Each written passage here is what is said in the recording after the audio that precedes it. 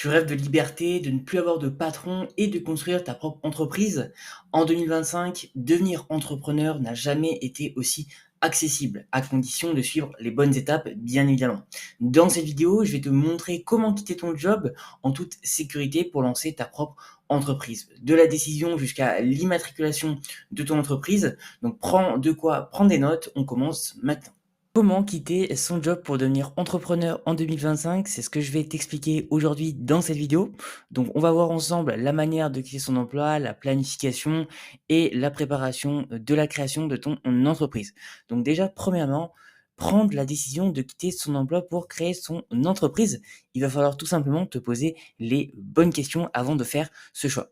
La première question, c'est est-ce que tu es prêt à assumer l'incertitude? En tant que salarié, tu vas avoir un salaire tous les mois qui va tomber, donc soit à la fin du mois, soit au début du mois. Et effectivement, c'est un certain confort. Alors qu'en tant qu'entrepreneur, tu vas devoir aller chercher des clients pour faire vivre ton activité et ton entreprise. Donc, tu vas avoir un niveau d'incertitude un petit peu plus élevé que par rapport à ton salariat. Donc, effectivement, là déjà, est-ce que tu es prêt à assumer tout simplement l'incertitude de tes revenus en tant qu'entrepreneur? Deuxième question qu'il va falloir te poser également, c'est est-ce que tu as une idée ou une compétence que tu peux vendre? En tant qu'entrepreneur, il va falloir soit que tu développes une compétence ou soit tu as déjà une compétence et tu vas devoir la monétiser.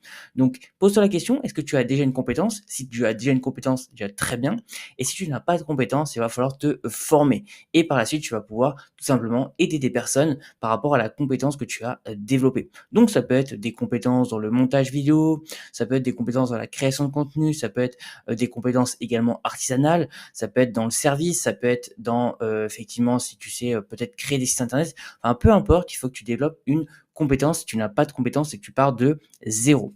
Troisième question qu'il va falloir te poser également, c'est est-ce que tu es motivé à apprendre le marketing, la vente, la gestion, la comptabilité et plein d'autres compétences qu'il va falloir tout simplement savoir faire, tout simplement parce que en tant qu'entrepreneur, il va falloir que tu aies une casquette en même temps de marketing, de vente, de gestion, de manière aussi dans le relationnel, dans la comptabilité, dans la gestion financière de ton entreprise. Enfin bref, beaucoup de compétences. Il va falloir vraiment que tu te formes, que tu prennes le temps d'acquérir ces compétences parce que c'est obligatoire en tant qu'entrepreneur. Donc, est-ce que tu es motivé et surtout discipliné à apprendre l'ensemble de ces compétences pour faire vivre ton entreprise? Voilà toute la liste pour moi des questions à te poser avant même de choisir de quitter ton emploi de salarié. Alors, choisir la seule manière de quitter son emploi. Donc, il existe plusieurs façons de quitter ton job, bien évidemment.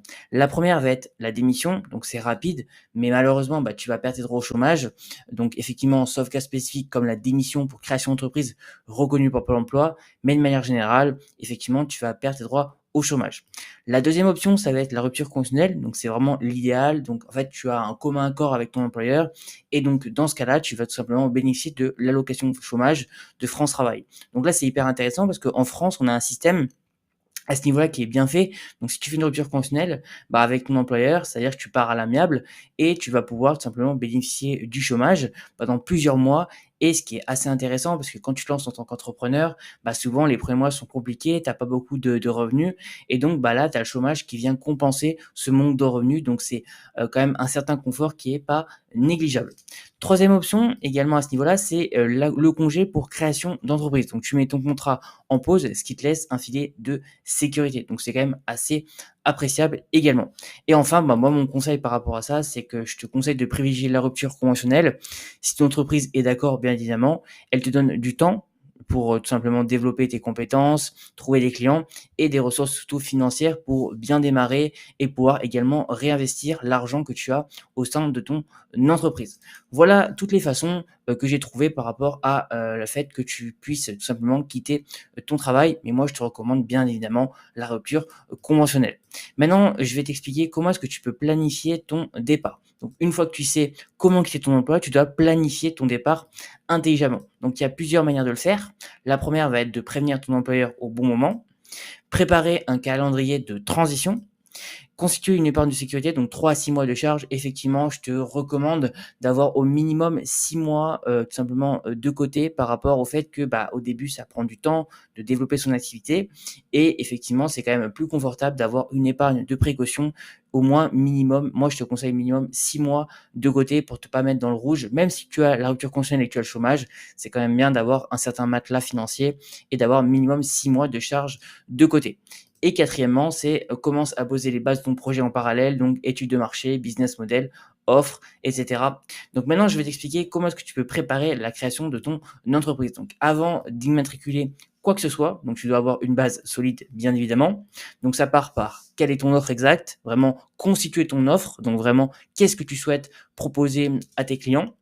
Deuxièmement, qui est ton client idéal? Donc ça, c'est vraiment la base de l'entrepreneuriat. Il faut vraiment que tu définisses ton client idéal avec précision parce que si tu sais pas à qui tu vends, bah, tu vendras à personne. Donc vraiment, ça, c'est la base, c'est définir avec précision ton client idéal et vraiment le connaître vraiment toutes ses attentes, ses besoins, ses motivations, etc. Vraiment le connaître sur le bout des doigts. Troisième étape, quel canal vas-tu utiliser pour te faire connaître? Donc typiquement, si ta cible de clientèle est peut-être sur LinkedIn, bah, il va falloir que tu postes du contenu sur LinkedIn et que tu ailles prospecter des personnes sur LinkedIn. Si effectivement ton profil de clientèle est plus sur Instagram, il va falloir que tu développes plus sur Instagram, etc., etc. Donc il va falloir que tu choisisses un canal d'acquisition et que tu crées du contenu ou en tout cas que tu ailles chercher des clients sur cette plateforme. Et quatrièmement, quelle sera ta stratégie de vente? Bien évidemment, qu'en tant qu'entrepreneur, il te faut une stratégie de vente. Il faut vraiment que tu travailles ta position en vente, ton leadership et surtout tes compétences en vente. C'est primordial pour pouvoir tout simplement te vendre auprès de tes prospects potentiels. Voilà au niveau de la préparation de ton entreprise. Et maintenant, il va falloir que tu choisisses ton statut juridique. Donc, tu as plusieurs options selon ton projet, bien évidemment. La première, c'est la micro-entreprise. Donc, c'est vraiment le statut le plus simple en France. C'est rapide, tu as peu de charges, c'est vraiment idéal pour commencer et prendre le moins de risques possible.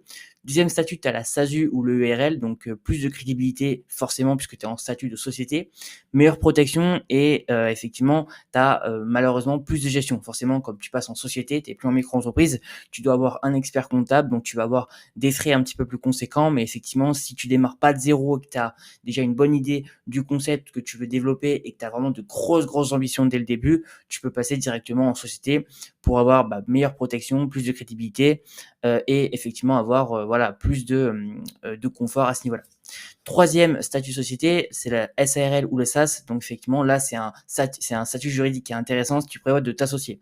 Donc typiquement, si tu, par exemple, c'est un exemple, mais si tu prévois vraiment de créer une grosse marque, par exemple, on part sur une marque de compléments alimentaires, par exemple, et que tu veux t'associer avec un ami à toi et que tu veux développer ce projet à deux, bah, la SARL ou le SAS sera vraiment très intéressant à ce niveau-là. Donc là, c'est les différents types de formes juridiques que tu peux tout simplement trouver pour ton projet. Et maintenant, bah, tout simplement, si pour toi c'est trop compliqué tout simplement de créer une entreprise et que bah, tu sais vraiment pas comment faire, tu connais pas les démarches pour créer une entreprise, bah, tu as le service de Legal Place, donc c'est vraiment le meilleur service en France pour déléguer toute la partie création d'entreprise. Donc je vais directement me retrouver sur le site internet. Donc là, on est sur le site internet de Legal Place. C'est vraiment le meilleur service, c'est les numéro 1 en France pour la création d'entreprise. Ils ont aidé plus de 300 000 entrepreneurs et accompagné sur la partie création. Donc franchement, c'est hyper intéressant. Ça va te permettre de déléguer toute la partie création d'entreprise, finance, compte pro, statut juridique, enfin bref, toute la partie administrative qui est souvent beaucoup trop longue avec le greffe et qui prend vraiment des mois. Alors que là, c'est fait en quelques minutes. Donc si par exemple tu souhaites créer ton entreprise, tu vas aller dans création d'entreprise et là tu vas pouvoir tout simplement choisir l'entreprise que tu vas devoir choisir. Donc le SAS, la SASU, la SARL, le URL, l'association, l'auto-entreprise, tu peux vraiment tout faire sur ce site. Et d'ailleurs, j'ai même un code de réduction. Donc avec le code Gabriel15, tu as 15% de réduction sur la création de ton entreprise, donc que ce soit une micro-entreprise ou une société, sur Legal Place. Donc je mets tous les liens dans la description, donc n'hésite pas, avec le code Gabriel15, tu as 15% de réduction. Voilà un petit peu au niveau de cette vidéo. En tout cas, j'espère que tu as apprécié. En tout cas, voilà, n'hésite pas, tu as tous les liens en description par rapport à la réduction de 15%. Et sur ce, je te dis à très bientôt pour une prochaine vidéo.